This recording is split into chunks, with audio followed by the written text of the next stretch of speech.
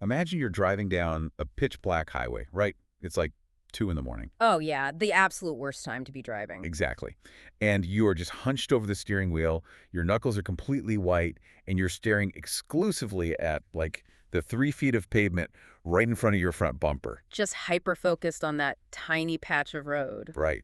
And how does that drive feel? I mean, every tiny crack in the asphalt feels like this deadly crisis. Yeah, you're just constantly overcorrecting. Exactly. Every slight curve demands this frantic, jerking correction of the wheel. Mm-hmm.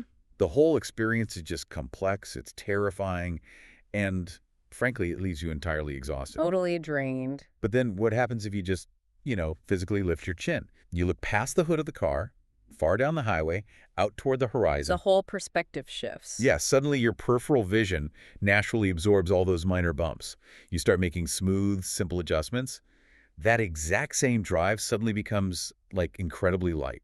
Well, what's fascinating here is that we apply that white-knuckle driving style to our lives constantly without even realizing it. Oh, totally. We really We think... think zooming in on every single detail is like responsible planning, but we are actually just blinding ourselves to the actual road. And today, we are going to fix that. Uh-huh.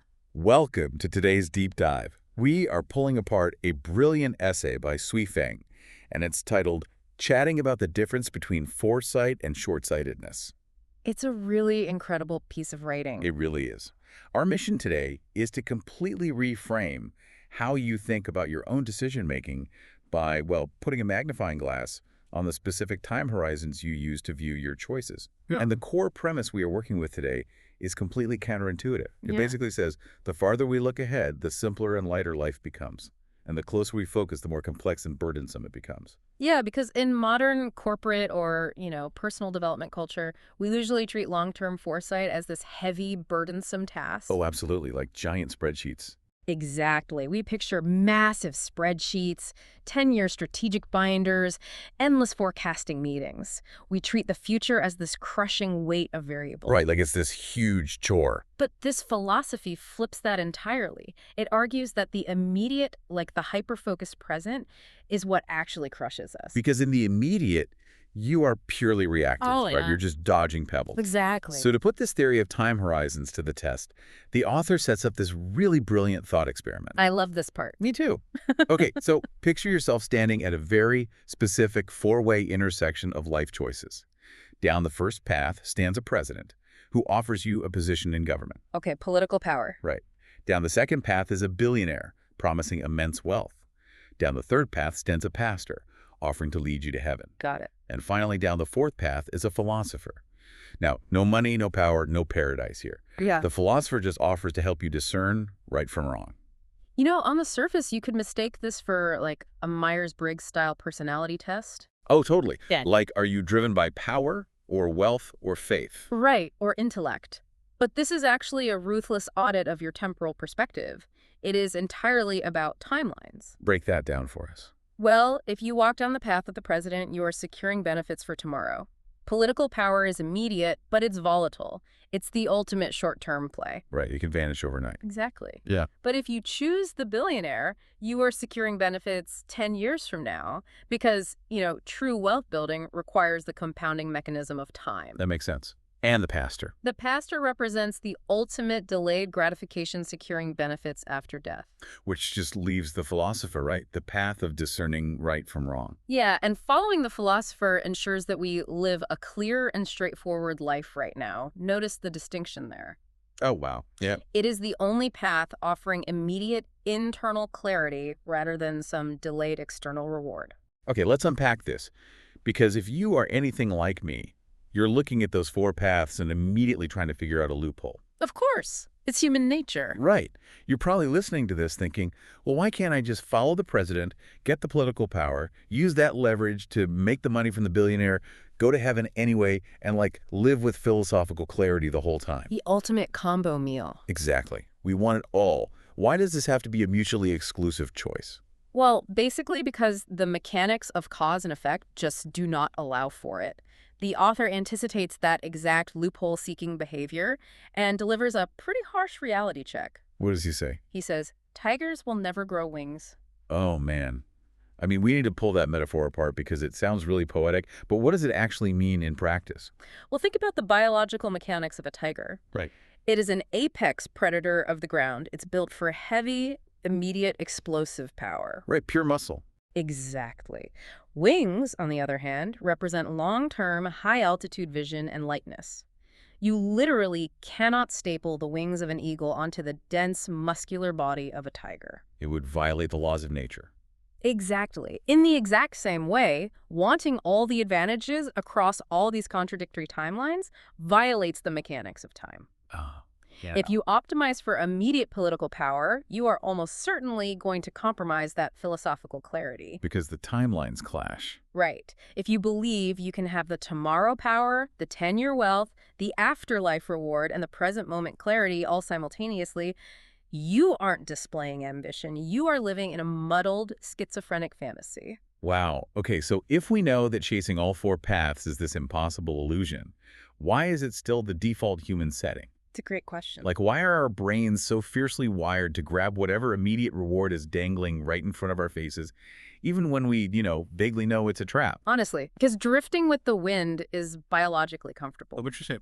Yeah, the vast majority of humanity operates without true foresight because our evolutionary wiring rewards immediate safety and immediate status. Like survival instincts. Exactly. We chase whoever offers the most money or the highest reputation in the exact moment because thousands of years ago, the immediate reward is what kept you alive. That makes total sense. But applying that primitive wiring to modern complex choices is exactly what creates the trap of short-sightedness. Yeah, and there's a scenario in the essay that perfectly captures how this trap plays out in modern life. It's about parents helping their kids choose a college major. Oh yeah, we all know people who do this. Right. The parents look at the entire landscape of higher education, and they steer their kid toward a major based solely on which industry is offering the highest starting salary immediately after graduation. And to a lot of people, that sounds like responsible parenting. It sounds like financial prudence. It does. But it is the purest form of short-sightedness because it completely ignores the psychological and economic mechanics of the long term. Completely ignores it. You are forcing a life-altering choice based on a temporary snapshot of today's economy. You're ignoring whether the child actually has an aptitude for the work. Or a passion for it. Exactly. You're ignoring how AI or global markets might shift that industry in a decade. Mm-hmm. Most importantly, you are ignoring the inevitable burnout that comes from grinding away in a field you actively despise just to maintain a certain lifestyle. Yeah. You're effectively solving a 4-year problem by engineering a 40-year misery. And that mindset scales up into much darker territories, too. Really? Like what? Well, when you prioritize the immediate over the eventual, the behaviors quickly become toxic. Look at the extreme symptoms from the text polluting a local river to extract personal wealth quickly. Oh, wow. Yeah. Or betraying your closest friends to secure a sudden promotion. Distorting facts and willingly singing praises to the devil just to avoid temporary risks. It is the ultimate prioritization of me right now over us tomorrow. It's literally sacrificing your foundational integrity for a quick dopamine hit of success. Yes. And if we connect this to the bigger picture, we uncover the ultimate tragedy of short-sightedness. What's the tragedy? The tragedy isn't that this behavior fails. The tragedy is that it actually works. Wait, unpack the mechanics of that. Why is temporary success a tragedy? Because it builds your entire life on a fragile foundation. You betray the friend, and you actually do get the promotion. Right. You pollute the river, and the cash actually hits your bank account. You secure those immediate interests. But circumstances inevitably change. Always. The market shifts, regulations change, new leadership takes over. Because your initial choice was built entirely on a temporary set of circumstances, when the wind changes, your foundation shatters. That is terrifying. You essentially took out a massive high-interest loan against your own future, and eventually the future comes to collect. It always leads to disaster. Man, so if chasing immediate gains leads to this inevitable delayed disaster, then I guess the only natural countermeasure is learning how to predict that outcome before you make the choice. That's exactly. Which requires building the muscle of true foresight. We have to move from diagnosing the trap to understanding the mechanism of the escape. Okay, here's where it gets really interesting. Yeah. Because foresight isn't described in this text as some mystical psychic ability. No, not at all. It's defined in a highly practical way. It's just knowing the future outcome of a certain phenomena. It is Yeah. pure cause and effect. Right.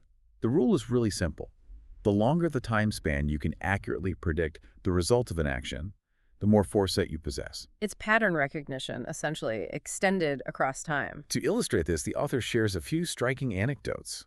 Like one example describes someone looking at a child, observing their behavior, the way they speak, their baseline temperament, and predicting with absolute certainty that this child will be an outstanding talent 20 years down the line. Wow. Another example is seeing a teenager shoveling manure, doing the lowest form of manual labor, but doing it while deeply engrossed in a book. Yeah. And from that single image, predicting that this teenager will undoubtedly become a future leader. And, it works for predicting failure, too.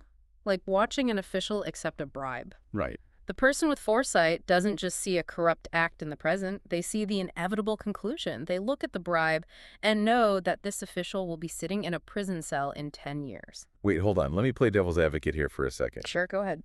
Predicting a kid's future just by looking at their temperament, or assuming a teenager shoveling manure with a book is destined for leadership. That sounds less like foresight and more like determinism, or frankly, just stereotyping. That's a fair point. How does the author differentiate between having genuine foresight and just making sweeping assumptions based on a single snapshot? That is a crucial distinction. It's not about judging a book by its cover. It's about recognizing the friction between circumstance and character. Friction. What do you mean?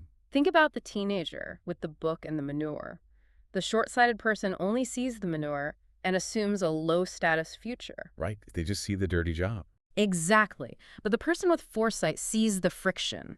They see an internal hunger for knowledge that refuses to be suppressed by an external degrading circumstance. Oh, wow. Yeah. That friction indicates a specific trajectory of character. Same with the corrupt official. The bribe introduces hidden fragility into their life. It creates a secret that must be maintained. A liability. Over a 10-year timeline, the mathematical probability of a fragile structure collapsing approaches 100%. Foresight is just doing that math early. I love that phrase, doing the math early. Yeah. So we train ourselves to see the trajectories. What is the tangible daily benefit of doing this? Why do the heavy lifting of mapping out these 10-year consequences? The benefit is unshakable resilience. When you train this muscle, you naturally avoid pitfalls because you see the pothole miles down the road. Right.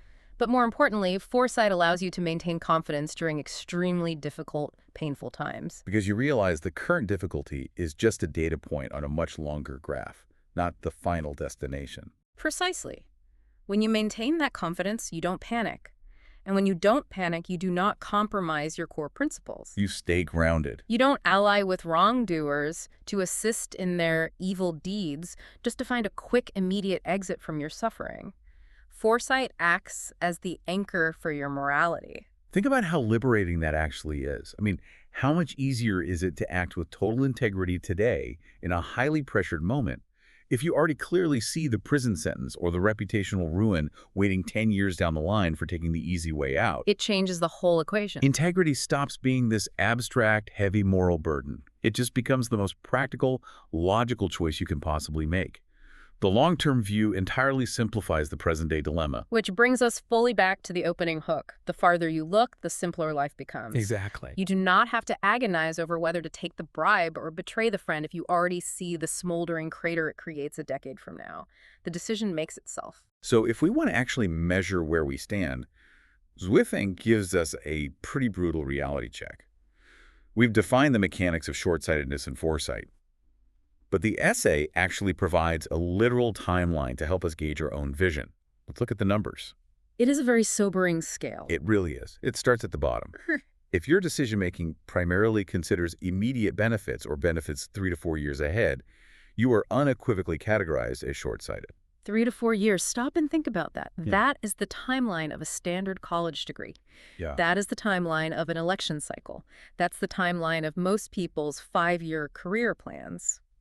The text is pointing out that what our modern culture considers responsible forward planning is actually the literal definition of being short-sighted. I mean, that is a massive blow to the Well, ego. a blow. To actually move up the scale and be considered an individual with baseline foresight, you have to be considering benefits 10 years or longer ahead.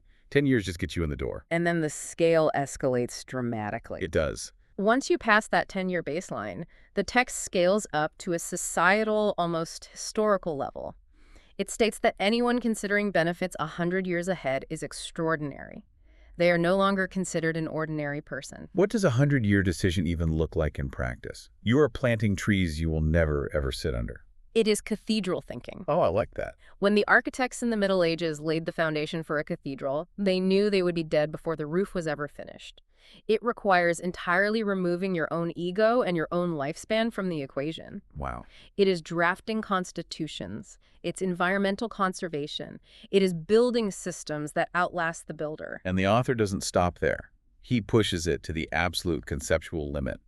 Those considering benefits thousands, millions, or billions of years ahead, the text says they have entered the realm of gods, Buddhas, or immortals. They have transcended the human experience entirely because their actions are no longer dictated by the ticking clock of a human lifespan. Right. Their choices are aligned with eternal principles. So what does this all mean? When we look at this scale, it serves as an incredibly humbling mirror for us. We pat ourselves on the back for having a solid quarterly projection or a decent 5-year financial roadmap, but in the grand scheme of this philosophy, we are barely splashing around in the shallow end of time. It really reveals how profoundly limited our standard metrics for success actually are. We spend so much energy optimizing for our own immediate comfort, and we remain entirely blind to the long-tail consequences of our choices on the systems around us. As we wrap up this deep dive, let's pull all these threads together for you.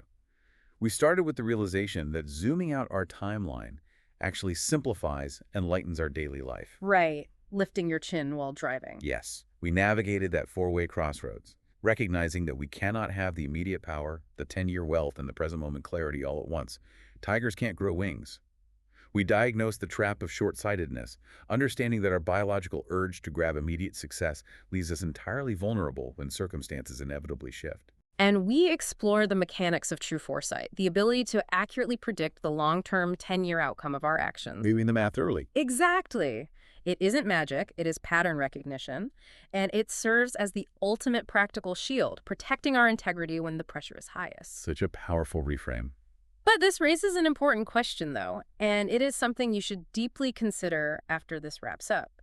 Throughout this discussion, we have focused heavily on your individual choices and your personal timelines. Right. But consider the massive systems you are forced to interact with every single day. Your workplace, your local government, the algorithms curating your newsfeed. Yeah. If a 3 to 4 year horizon is the literal definition of short-sightedness, think about how much of our modern society is currently being built by leaders operating strictly on short-sighted 4-year election cycles or 3-month quarterly profit reports. That is unsettling. And more importantly, how does their systemic short-sightedness impact your ability to build a 10-year or even a 100-year foresight for yourself? How do you maintain a clear view of the horizon when the road you are driving on is being paved by people who are only looking 3 feet ahead? That is a phenomenal challenge to chew on. Thank you for joining us on this deep dive into time, choices, and consequences. Keep your chin up, don't stare at the bumper, and we will see you next time.